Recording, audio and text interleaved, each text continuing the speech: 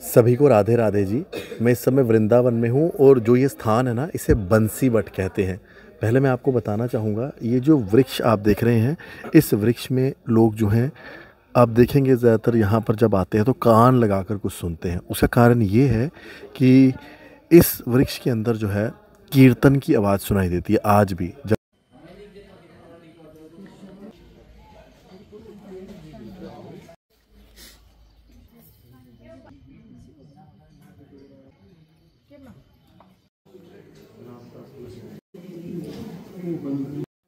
सभी को राधे राधे जी।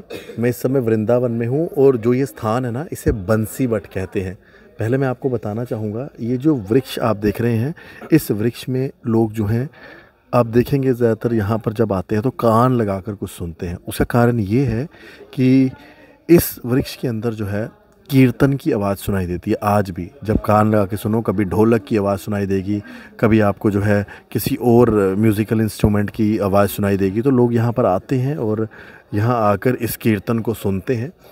महाराज जी, बंसी वट जो यहाँ का एक बड़ी महिमा है कि वृक्ष के अंदर से कीर्तन की आवाज़ आ रही होती है। आपने भी क्या सुनी है इसका पूरा? हमने तो बचपन से जब पढ़ते थे तब से सुनते आ रहे हैं और अब भी सुनते हैं। ये तो भागवत जी में भी लेख है कि जमुना जी का तट हो, पावन बंसी वट हो, जहाँ सांवला प्रकट हो, जहाँ पे मेरा सांवरिया हमारे कन्हैया, जहाँ पे रास की हुई थी। जब रास हुई थी ना, तो इन पेड़ पौधों ने भी रास की है।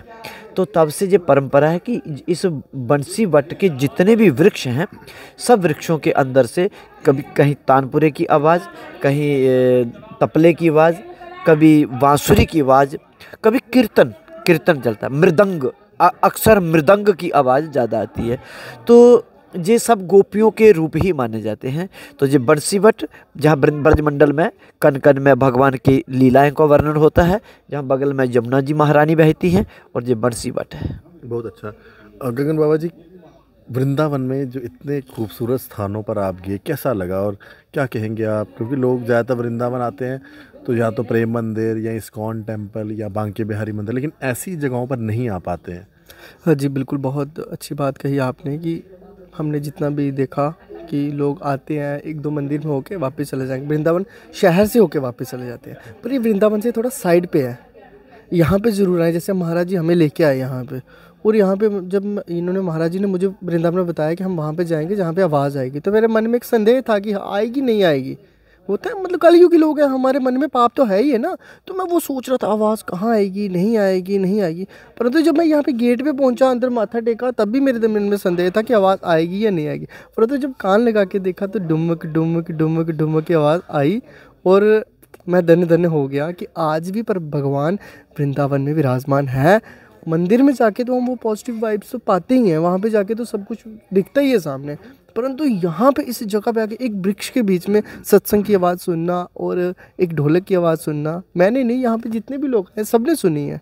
ये तो मैंने, मतलब मुझे ऐसा लगा, सुनी तो मुझे ऐसा लगा शायद मुझे वहम हो रहा है। फिर मैंने साथ में दो चार लोग, मैंने कहा आपको भी आई? तो उन्होंने कहा मुझे भी आई है। तो ऐसी हमारे कृष्ण भगवान की, राधा रानी की लीला है यहाँ पे। बहुत अच्छा जी। तो आप महाराज जी कुछ संदेश देंगे, जो लोग वृंदावन आते हैं इन स्थानों पर भी आना चाहिए? बिल्कुल, ये जो ब्रज के जो प्राचीन स्थलियाँ हैं, जैसे ये बंसी वट है, वांडीर वन है, और बेल वन है, और महावन है, और इसके साथ में आगे जाके नैन सरोवर भी हैं।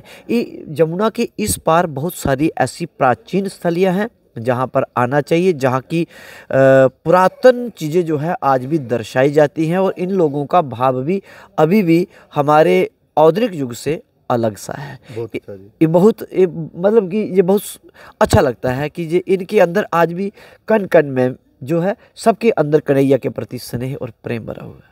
बहुत शुक्रिया महाराज जी। आपने अभी सुन रहे थे कि किस तरह से बंसी वट एक ऐसा स्थान है जहां आज भी वृक्ष के अंदर जो है कीर्तन की आवाज़ सुनाई देती है, अलग अलग म्यूज़िकल इंस्ट्रूमेंट की आवाज़ सुनाई देती है।